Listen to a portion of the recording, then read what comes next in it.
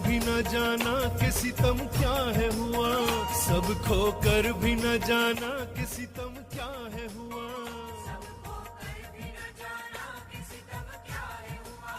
सब खोकर नहीं जाना, सब खोकर भी न जाना सितम क्या है हुआ,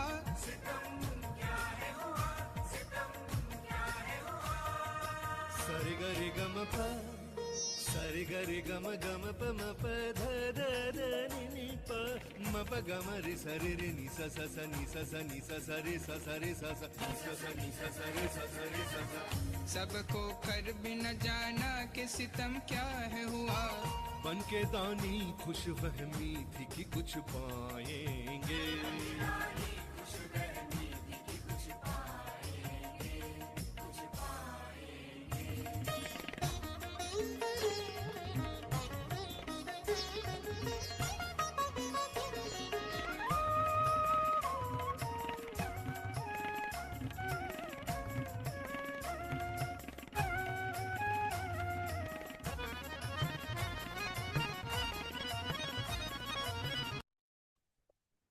जय श्री माताजी.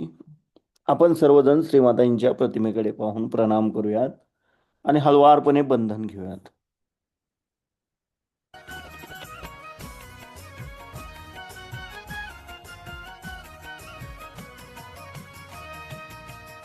रोके बिलखे तो ममता ने स्वयं सहलाया, माँ से जाना कि गुरु कोई नहीं है अपना, मा बदा नि स नि नि नि नि नि नि स रे नि ध ध नि प मा प नि प ग म रे स नि नि प ग म रे स मा प नि प मा नि प प नि प मा नि प मा नि प मा बदा नि स नि ध नि स रे ध नि स रे ग ग म रे प ग म रे स नि स ग म रे स.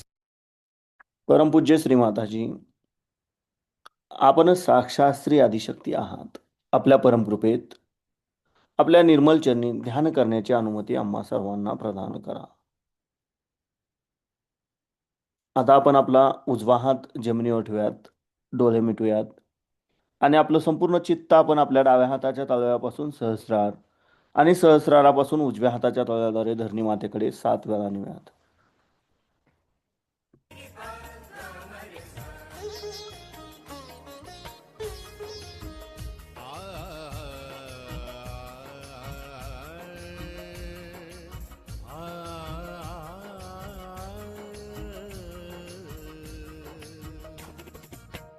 रोके बिलखे तो ममता ने स्वयं सहलाया,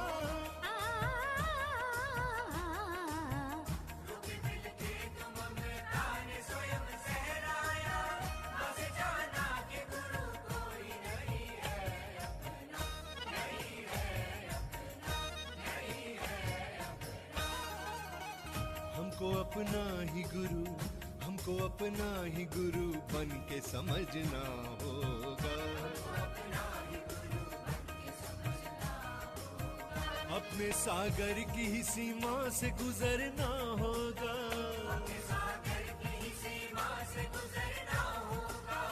अपने सागर की सीमा से, अपने सागर की सी. परमपूज्य श्री माताजी, आपण साक्षात श्री महाकाली आहात. आपल्या परमकृपेत आमच्या डाव्या बाजूतील इडा नाडीवरील तमोगुणांचे सर्व दोष, सर्व बाधा, आमची इच्छाशक्ती शुद्ध व निर्मल होण्याच्या आड येणाऱ्या सर्व बाधा कृपा करून ह्या उजव्या हाताद्वारे पृथ्वी तत्वामध्ये समर्पित करून घ्या. आता आपण आपला उजवा हात मांडीवर ठेवूयात आणि डावा हात आकाश तत्वाकडे करूयात. आपलं संपूर्ण चित्त आपण आपल्या उजव्या हाताच्या तळव्यापासून सहस्रार आणि सहस्रारापासून डाव्या हाताच्या तळव्याद्वारे आकाश तत्वाकडे 7 वेळा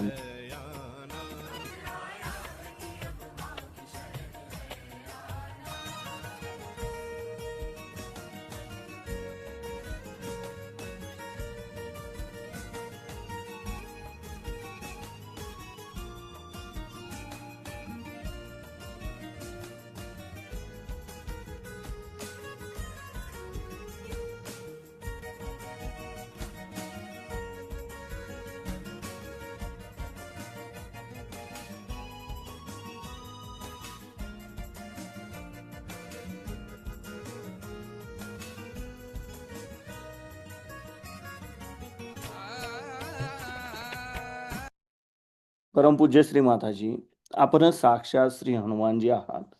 आपल्या परमकृपेत कृपा करून आमच्या उजव्या बाजूतील पिंगला नाडीवरील रजोगुणांचे सर्व दोष, सर्व बाधा, आमची क्रियाशक्ती शुद्ध व निर्मळ होण्याच्या आड येणाऱ्या सर्व बाधा हे या डाव्या हाताद्वारे आकाश तत्वामध्ये समर्पित करून घ्या.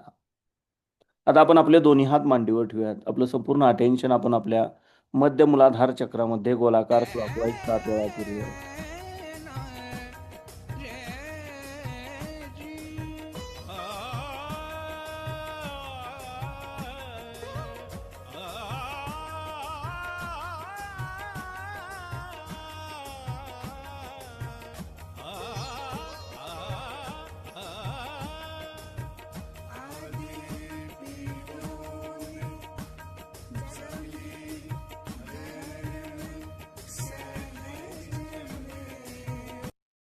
श्री गणेश साक्षात.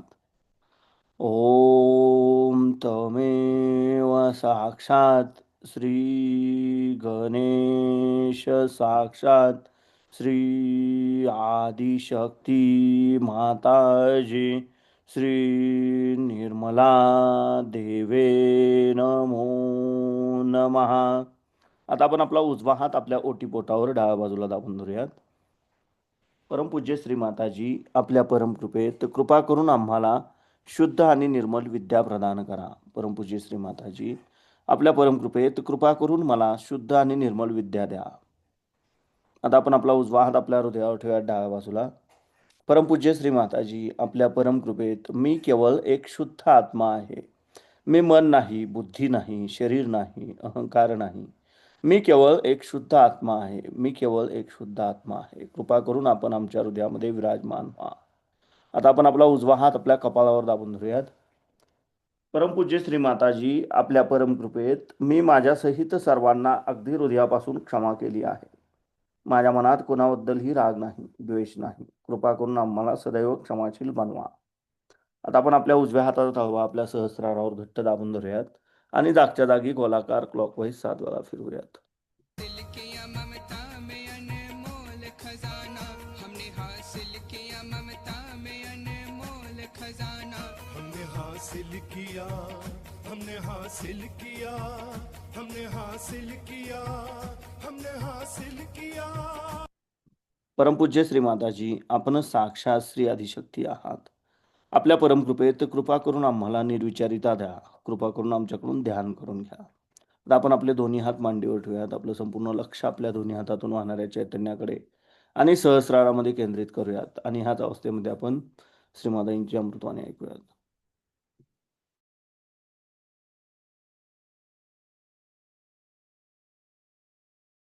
बनी है, जिसको कि हम विशुद्धि चक्र कहते हैं, जिसके अंदर 16 पंखुड़ियाँ हैं, जो कि हमारे पीछे के हिस्से में यहाँ पर अगर आप गर्दन के पीछे के हिस्से में देखें तो इस जगह पे वो है जहाँ मनुष्य ने अपनी गर्दन उठा ली और सर सीधी गर्दन कर ली, वहाँ पर कृष्ण शक्ति जागृत हो गई. अब कृष्ण की शक्ति जो है ये समझना चाहिए कि इवोल्यूशन की परिपूर्णता है.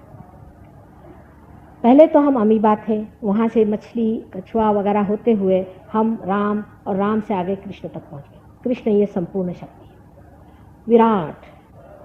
जब आपकी कृष्ण शक्ति जागृत हो जाती है तब आपका संबंध विराट से होता है.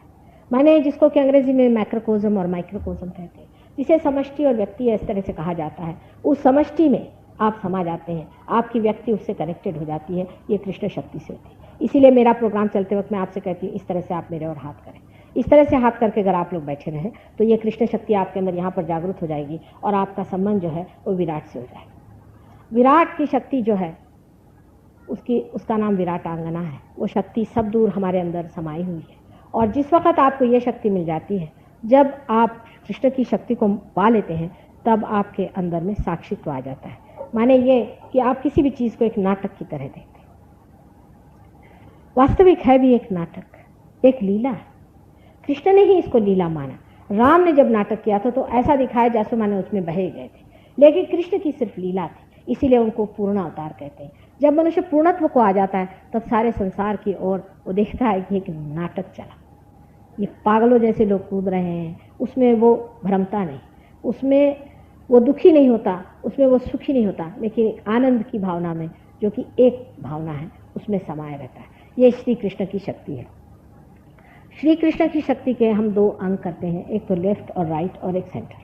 सेंटर की जो शक्ति है वो विराट की ओर ले जाती है। लेफ्ट और राइट की शक्ति में से जो लेफ्ट की शक्ति है, जिस आदमी के मन में बहुत ज़्यादा गिल्ट हो जाए और जो सोचे कि भाई मैंने बड़ी गलती कर दी, मेरी बड़ी गलत बात हो गई, मैंने बड़ा गलत काम कर दिया और मुझे ऐसा नहीं करना चाहिए था, ये फैशन आजकल उधर बहुत है। जबकि आप डेवलपमेंट पे पहुंच जाते हैं, बहुत ज़्यादा डेवलपमेंट हो जाता है, तब आप में ये चीज़ सेटिंग हो जाती है। पहले तो आप एक्सट्रीम पर जाइए और मैं ये हूँ और मैं वो हूँ और मुझे आगे प्रोग्रेस करना चाहिए, जिधर अब अपना देश चढ़ा जा रहा है। और जब आप उतरने पे आ जाते हैं तब वेस्टर्न कंट्रीज़ में ये शुरू हो गया है कि जिसको देखो कि मैं रोते ही बैठते रहते, सुबह से शाम तक रो ही रहे। मैंने कहा क्या हुआ? कह रहा है मैंने बहुत पाप किए हैं माँ, मैंने ये किया। मैंने कहा छोड़ो अब वो बातें, पार हो जाओ। तो वो रोते रहेंगे उसी चीज़ को, रात दिन उन लोग का रोना सुन सुन के आदमी परेशान होता है।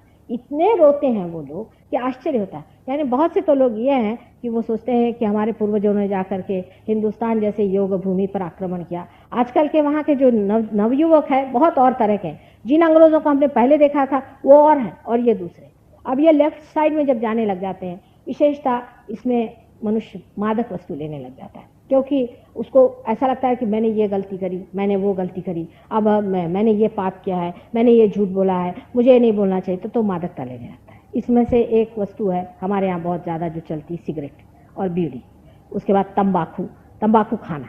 तंबाकू खाना भी इस शक्ति के विरोध में बहुत ज़्यादा बैठता है। आपको आश्चर्य होगा कि जो आदमी तंबाकू खाता है उसको सहयोग में आने के बाद में वो छोड़ना ही पड़ती है और छूट जाती है, उसके अपने आप से छूट जाती है। एक साहब थे, उन्होंने नहीं छोड़ी थी और वो कुछ अपनी विल पावर नहीं लगा पाए, कुछ छोड़ नहीं पाए, उससे कभी कभी चोरी छिपे वो अपना खाते रहे। एक दिन आके मुझसे कहने लगे कि माँ मैं जब ध्यान में बैठता हूँ तो मेरा मुंह ऐसा ऐसा फूलते जाता है और टेढ़ा टेढ़ा होता है, मेरी समझ में नहीं आता मैं क्या।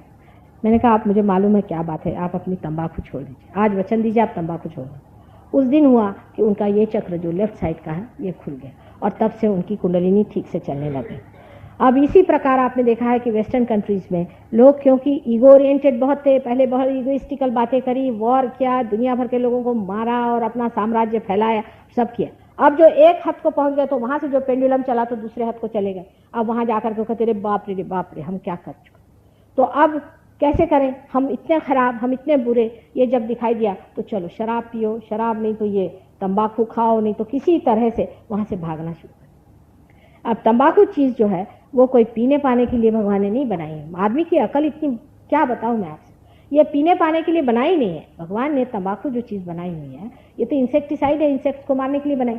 आप लोगों ने उसको पता नहीं कहाँ से जला लिया और शुरू कर दिया कि तंबाकू करें। लेकिन तंबाकू बड़ी हानिकारक चीज़ है और तंबाकू से जो है और हमारा गुरुतत्व भी खराब हो जाता है, क्योंकि पेट में जाती है, हमारा लिवर वगैरह सबको खराब कर देती है। और वो गुरुतत्व जो है वो हमारे सागर में भरा हुआ है। जो सागर है वो हमारा गुरु है। जब कभी भी हम गुरु तत्व के खिलाफ चलते हैं तो सागर एकदम बिगड़ जाता है और बिगड़ करके तहस नहस करना शुरू कर देता है। जब मैं एक बार वहाँ गई थी गुंटूर में, आंध्र के लोग थे, मैंने उनसे कहा कि आप यहाँ पर मेहरबानी से ये जो तंबाकू लगा रहे हो ये मत लगाओ। कहने लगे कि हम अपने देश वालों को नहीं देते, हम तो सारे बाहर भेजते। मैंने कहा तुम्हारे देश वाले, यहाँ आंध्र के लोग भी जो गरीब लोग, यहाँ आंध्र के लोग ऐसे लोग खूब खाते हैं और काली विद्या करते हैं और तुम लोग इसको एक्सपोर्ट करके और सोचते बड़ा धर्म कार्य कर रहे हैं। तो कहने लगे कि नहीं माँ इसके बगैर तो हम लोग मर जाएंगे। मैंने कहा कोई नहीं मरने वाले, आप यहाँ कपास लगाइए और कपास से ठीक हो जाएगा। कुछ उनमें से वाकई में सूझने लोग थे, उन्होंने कहा अच्छा माँ कपास लगाएं, हम कपास की शुरुआत करेंगे और वो काफ़ी बिजनेस उनका होगा। लेकिन मैंने जब 2-3 बार कहा, टेप पर भी मेरा है, तो फिर एक दिन जब वो बहुत मुझसे डिस्कस करने लगे, मैंने कहा खबरदार अब ज़्यादा मत डिस्कस करो, अगर तुमने ऐसा किया तो ये समुद्र जो है ये तुम पे बिगड़ेगा। आपको मालूम है उसी के बाद आंध्र में कितनी जोर की तूफान आए थे और कितने ही लोग तहस नहस हो गए और उनको पता नहीं चला कि वो कहाँ रहे। हमेशा उस साइड में हमेशा आपने देखा कि समुद्र के बड़े बड़े तूफान आते हैं और लोग उसमें सत्यानाश हो जाते हैं। पर किसी से कहो कि तुम तंबाकू लगाना बंद करो, यह अशुभ चीज़ है, तो कोई सुनने को तैयार। अब वो वहाँ पर सब खारी ज़मीन हो गई है, वहाँ तंबाकू लगा नहीं सकते, किसी तरह से तंबाकू बढ़ नहीं सकती, तो अब वो अपने नसीब को रो रहा है। सारा वो जो एरिया है वहाँ तंबाकू लगता है और वहाँ हमेशा बड़े बड़े आप जानते हैं साइक्लोन्स आते हैं और वहाँ मारते। जिस दिन लोग इस चीज़ को समझ लें कि तंबाकू लगाने से और काली विद्या करने से समुद्र हमसे नाराज़ हो जाता है, उस दिन वो समझ जाएंगे कि कितना परमेश्वर का हमें आशीर्वाद है, कितने सुंदर हमारे पास ज़मीन है, उसका उपयोग हम कोई और चीज़ करने में करें। लेकिन मनुष्य को छोटी चीज़ में समाधान नहीं होता। वो चाहता है कि सारे संसार की जितनी भी संपत्ति है मैं ले लूँ, पर ये भी नहीं देखता कि जिसके पास है भी संपत्ति वो कौन बड़ा सुखी बैठा, वो कौन बड़ा आनंद में बैठा। तो ये लेफ्ट साइड की जो शक्ति है, जिसको कि हम विष्णु माया की शक्ति कहते हैं, ये बहन की शक्ति, श्री कृष्ण की बहन की शक्ति है। जो विष्णु माया आप जानते हैं, उनकी जो बहन मारी गई थी और जो आकाश में जा कर के जिसने आकाशवाणी की थी कि तुम्हारा अभी भी मारने वाला हत्यारा अभी भी जीवित है, वही विष्णु माया की शक्ति ये है। और ये बहन के रिश्तेदारी की बात है। अगर आपकी बहन बीमार हो तो आपका ये चक्र पकड़ जाएगा, आपके बहन पे कोई तकलीफ हो तो ये चक्र आपका पकड़ जाए। अगर आपकी रिश्तेदारी बहन के मामले में आप ठीक ना, मैंने अब किसी को बहन मानते हैं और आपकी नज़र खराब, आजकल के लोगों के ये चक्र बहुत खराब रहता है, क्योंकि उनमें पवित्रता नहीं है। अपनी पत्नी के अलावा सब औरतों को अपनी बहन या माँ मानना चाहिए। ये जो शास्त्रों में लिखा है, लोग हंसते हैं, ये कैसे हो सकता है, माता जी ये तो हो ही नहीं सकता, क्योंकि सब लोग कुत्ते हो गए ना। कुत्तों को तो समझ में आती नहीं है बात कि इस तरह से भी कोई पावित्र होता है। आप करके देखिए कि सिर्फ आप अपनी पत्नी छोड़ करके किसी भी बहन औरत अपनी बहन और माँ मानिए, देखिए कितना संतोष आपके अंदर आएगा, कितनी आपके प्रॉब्लम सॉल्व हो जाएंगे, कितना समाज सुगठित हो जाएगा। अभी देखिए पहले के समाज में कितने ही लोग घर में आते थे, रहते थे, कोई प्रॉब्लम खड़ा नहीं होता था। विशेषतः विलायत में देखिए, विलायत में यह हालत हो गई है कि हमारे एक शिष्य थे, उनकी उम्र सिर्फ 26 साल की थी। उनकी माँ की उम्र थी कोई समझ लीजिए 42 या 43 की रही होगी। उनके घर में इनके एक दोस्त साहब घर में रहने को आ गए, तो वो उनकी माँ उनके साथ भागे। वो साहब उनसे 24 साल की उम्र के थे, 2 साल छोटे थे, उनके साथ उनकी माँ भाग। मैंने किसी चीज़ का सेंस ऑफ प्रोपोर्शन ही नहीं रह गया। आप सोचिए कि लड़के का दोस्त घर में आए, वो माँ को लेके भाग। अभी आने से पहले एक हमने पढ़ा आर्टिकल, जिसको सुन के आप हैरान हो जाएंगे। 17 साल के लड़के ने अपने माँ से शादी कर ली और जा करके भी कोर्ट में लड़ाई कर रहे हैं दोनों माँ बेटे कि हमारा मंजूर होना चाहिए कि हमने शादी की। ये सारी लेफ्ट साइड की जो अपवित्रता है, ये हमारे सिनेमा वालों में भी अकल नहीं। वो इतना पाप कर रहे हैं, उसका उनको फल भोगना पड़ेगा। सबको ये सत्युग है, इसमें सबको अपने पाप का फल भोगना पड़ेगा। इस तरह की जो हमने अपनी अपवित्र हालत कर ली। हमारी शक्लें देखिए कैसी है, कोई उसमें न तेजस्विता है, न उसमें कोई भोलापन है, न उसमें कोई सादगी है। एक तरह से हर समय आंखें चलाना। अब ये जो आंखें चलाने की बीमारी है, ये भी कृष्ण शक्ति से ही दंडित होती है। आप देखिए कि हर समय मनुष्य आंखें चलाते रहते हैं। आंखें चलाने से आपके अंदर भूत घुस आते हैं। आपको पता नहीं, लेफ्ट साइड से अगर आपके अंदर भूत घुस आए तो आपकी आंख, आप कुछ करते ही नहीं। आंख चलाने से आप करते क्या, सिर्फ आंख चला रहे हैं। आंखें चलाने से आपको कुछ आनंद तो आता ही नहीं है, उसमें एक मिथ है। उस मिथ में आप घूम रहे हैं, आंखें इधर से उधर चल रही है, इसको देख रही, उसको देख रही, उसको देख रही, और आपका जो विशुद्धि चक्र है लेफ्ट साइड में पकड़ा जा रहा है। और इस लेफ्ट साइड को पकड़ने से आपके अंदर गिल्ट बनता जाएगा। हर समय आप कभी भी सुखी नहीं रह सकते। आदमी को इसीलिए पहले हमारे ज़माने में जब हम लोग छोटे थे तो हमारे पिता माता कहते थे कि आंख अपनी ज़मीन पे रख के हमेशा चलना चाहिए।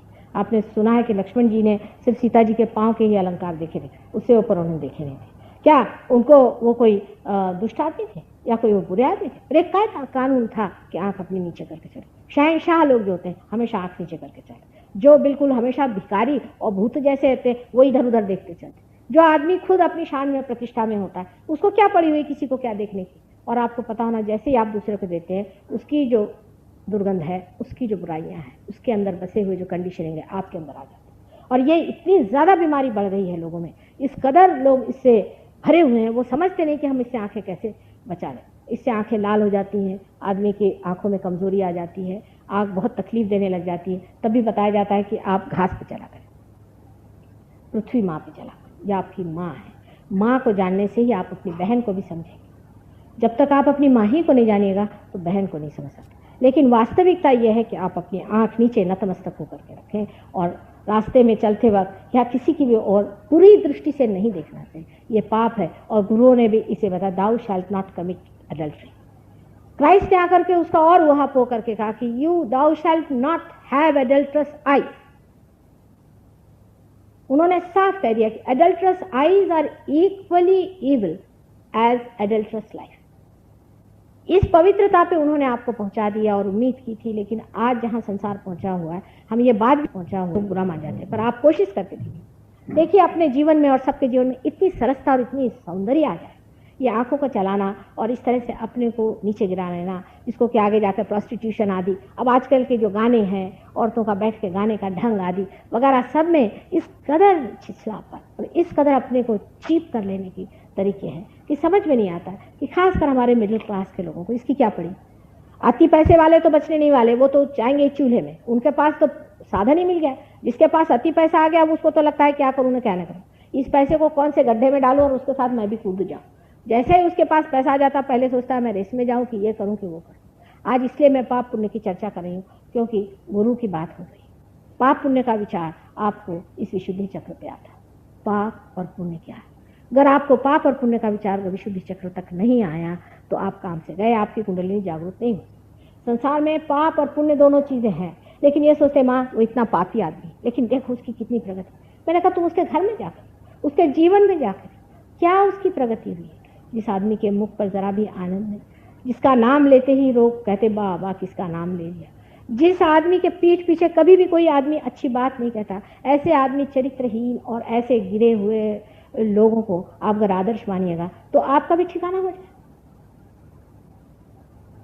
हमारे सहयोग में आप जब पार हो जाइएगा तो अपने आप से आपके अंदर शक्ति आ जाएगी।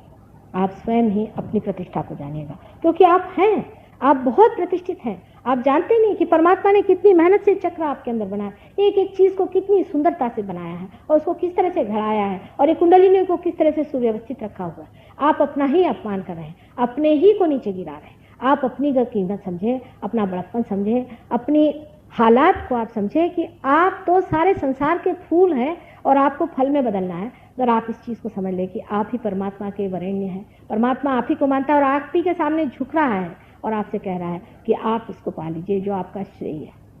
श्रेय को पहचानना भी मनुष्य की सुबुद्धि से होता है। जब तक उसके अंदर दुर्बुद्धि बनी रहेगी वो कर नहीं सकता। यह सुबुद्धि भी विशुद्धि चक्र के जागृति से होती है। जब मनुष्य अपने विशुद्धि चक्र में जाग उठता है उसके अंदर अपने आप सुबुद्धि आ जाती है, उसके अंदर बैलेंस आ जाता है। एक तो होती है दुर्बुद्धि, एक होती है कुबुद्धि और एक होती है सुबुद्धि। बुद्धि से कोई भी फर्क नहीं पड़ने वाला, क्योंकि बुद्धि गधी भी हो सकती है और बेवकूफ़ भी हो सकती है। बुद्धि से, रैशनैलिटी से एक आदमी चोरी करता है, वो कहता है मैं क्यों ना चोरी करूं, मेरे पास ये चीज़ नहीं है उसके पास है तो मैंने चोरी कर ली, क्यों ना करूं मैं। रैशनैलिटी आ गई। रैशनैलिटी जो है वो हर एक चीज़ को रैशनलाइज कर सकती है, लेकिन सुबुद्धि जो है वो कहेगी कि नहीं, दूसरे की चीज़ उसकी अपनी है, मेरी चीज़ मेरी अपनी है, मेरी चीज़ में जो मज़ा आ रहा है उसमें है। और ऐसे भी चीज़ किसी की कोई होती ही नहीं, किसी की कौन सी चीज़ है, सब यहीं छोड़ के जाना है। ये तो दिमागी जमा खर्च है, ये मेरी चीज़ है तुम्हारी चीज़ है, वहाँ रजिस्ट्रार के ऑफिस में लिखा हुआ है। जाते वक्त तो यूं ही जाने का, जाते वक्त तो मनुष्य यूं ही जाता है, सब कुछ यहीं छोड़ के जाता है। एक ये साधारण बात है, उसके पीछे क्यों इतनी मारोधार कर। अब राइट साइड की जो हमारी चक्र है, जिसको कि राइट साइड का विशुद्धि चक्र का ये है, वो श्री कृष्ण और राधा की शक्ति से बना हुआ। श्री कृष्ण और राधा की जो शक्ति है उससे जब मनुष्य उसके विरोध में खड़ा होता है, जब वो श्री कृष्ण के विरोध में खड़ा होता है तो वो कंस जैसे हो जाता है कि मैं ही बड़ा राजा हूँ और मैं ही बड़ा भारी लीडर हूँ और मैं ही सब कुछ। जब उसके अंदर अहंकार कंस के जैसा भर जाता है, जो कि अपनी सगी बहन को मारता है, अपने बहनों ही को मारता है, अपने बहन के बच्चों को मारता है कि किसी तरह से मैं सबके ऊपर में राज्य करूं। उसको दुनिया की कोई चीज़ नहीं दिखाई देती, उसको राइट साइड की विशुद्धि की पकड़ होती है। लेकिन राइट साइड की विशुद्धि की पकड़ सबसे पहले शुरू होती है जब आपको जुकाम हो जाता है। अभी जुकाम के लिए सब लोग बताते हैं कि तुलसी बहुत अच्छी होती है। उसकी वजह ये कि तुलसी की शक्ति हमारे लेफ्ट साइड में है, वो बैलेंस कर देती है हमारा राइट साइड को। अर्थात जुकाम वगैरह होना ये तो कोई ऐसी सीरियस बात नहीं है, पर हमारे सहयोग में जुकाम की भी व्यवस्था बहुत अच्छी है और उसके लिए भी आप अगर जान लें तो लोग बता देंगे किस तरह से आपका सर्वसाधारण जो जुकाम है, साइनस वगैरह के ट्रबल्स हैं, ये सब ठीक हो सकते हैं और इसको आदमी ठीक कर सकता है। लेकिन जो बीच में शक्ति, जिसे विराट की शक्ति कहते हैं, ये सबसे महत्वपूर्ण है। आज संसार में जहाँ भी लोग कुछ खोज रहे हैं, जहाँ पर कि मनुष्य परमात्मा की खोज में लगा है और सत्य की खोज में लगा है, वो अपने होलसमनेस को, अपने विराट को खोज रहा है। वो ये खोज रहा है कि मैं उसका अगर एक हिस्सा हूँ तो मैं उसको खोजूं जिसका मैं हिस्सा हूँ। इसका मतलब ये है कि हमारे अंदर वो चीज़ जिसे सामूहिक चेतना कहते हैं वो अभी तक आई नहीं। हम कहते हैं आप भाई हैं, आप बहनें हैं, बड़े बड़े लेक्चर देंगे, यूएन स्थापित हुआ है इसी बेसिस पे। माने इंसान का ऐसा है कि जो आगे होने वाला उसका नाटक पहले कर लेते हैं, जैसे रिहर्सल ना हो। यूएन मुझे उसी तरह का एक रिहर्सल लगता है कि आप भी भाई हैं, आप बहन हैं, आप सब लोग भाई बहन हैं, सब लोग सामूहिक एक है। वास्तविक अभी तक ये सिर्फ झूठ बात है आपके लिए, हमारे लिए नहीं। जब आप सहयोग में आ जाते हैं तो आपकी सामूहिक चेतना जागृत हो जाती है। सामूहिक चेतना जागृत होते ही आप महसूस करने लगते हैं कि दूसरा जो है वो मेरे अंदर है और मैं उसके अंदर। आप खुद अपने को देखने लगते हैं, क्योंकि जब एब्सोल्यूट पॉइंट आपको मिल जाता है तो आप रिलेटिव देखने लग जाते हैं कि आप कहाँ हैं उस एब्सोल्यूट पॉइंट के इसमें और वो कहाँ है। अब सादे शब्दों में बताना ये है कि ये जो आपकी उंगलियों के ये चक्र हैं ये सब जागृत हो जाते हैं। 1 2 3 4 5 6 और 7, ये सातों चक्र लेफ्ट सिंपैथेटिक पर और सातों चक्र राइट सिंपैथेटिक पे जागृत हो जाते हैं। जब जागृत हो जाते हैं तो उसमें क्या महसूस होने लग जाता है? उसमें ऐसा महसूस होता है कि समझ लीजिए एक आप कोई खड़े हैं, उनके सामने ऐसे मैं हाथ को खड़े हैं, उनके सामने आऊँगी कि इनको क्या बीमारी। वो कैसे समझ लेती हूँ कि समझ लीजिए मेरे घर राइट हैंड साइड की इस उंगली में चमक आई या कुछ गर्मी सी लग रही, तो मैं जान जाऊँगी इनका लिवर खराब, क्योंकि ये जो है ये नाभि चक्र है राइट हैंड साइड का, और नाभि चक्र राइट हैंड साइड पे लिवर का स्थान है। और फिर बाद में तो उसकी छोटी छोटी फ्रीक्वेंसी भी आदमी पकड़ लेता है, यहाँ तक कि जब आदमी आगे बढ़ता है सहयोग में तो उसके अंदर वैसी ही भावना आने लग जाती है जैसे दूसरे में। मैंने थोड़ा सा लगता है लिवर में हेवीनेस है, तो आप पूछते हैं कि आपके लिवर है, कहना हाँ।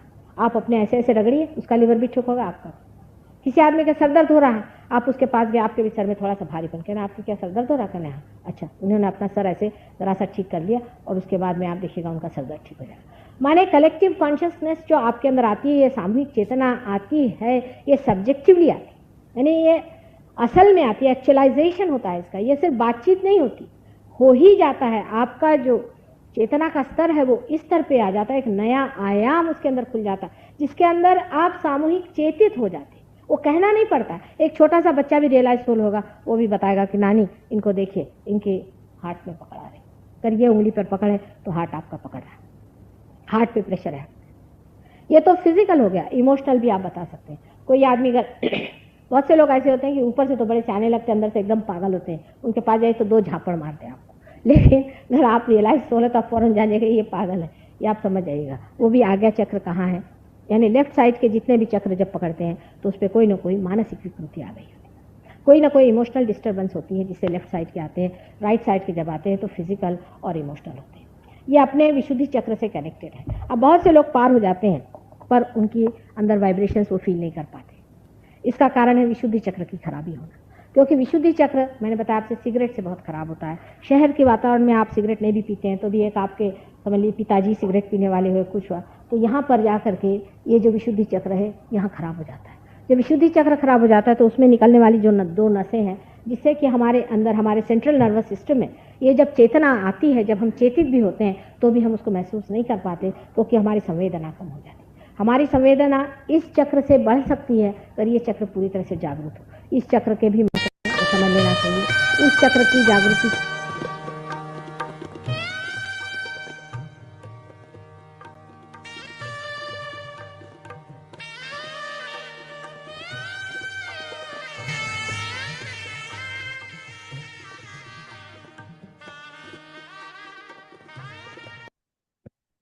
हळुवारपणे डोळे उघडूयात, श्रीमाताईंच्या प्रतिमेकडे पाहून प्रणाम करूयात आणि बंधन घेऊयात.